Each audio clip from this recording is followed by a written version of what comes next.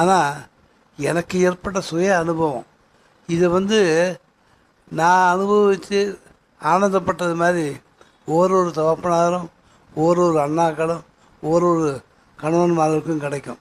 ஆனால் தேவை நமக்கு ஒன்றே ஒன்று தான், நம்பிக்கை நம்பிக்கை நம்பிக்கை. நம்பிக்கையோடு பகவான்கிட்ட பிரார்த்தனை பண்ணணும்.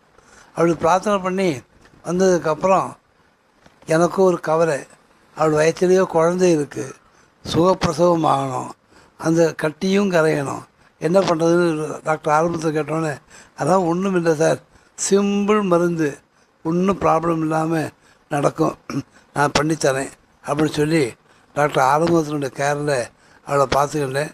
டாக்டர் லக்ஷ்மியுடைய கேரில் அவளுடைய ப்ரெக்னென்சி டயத்தை பார்த்துக்கிட்டோம்.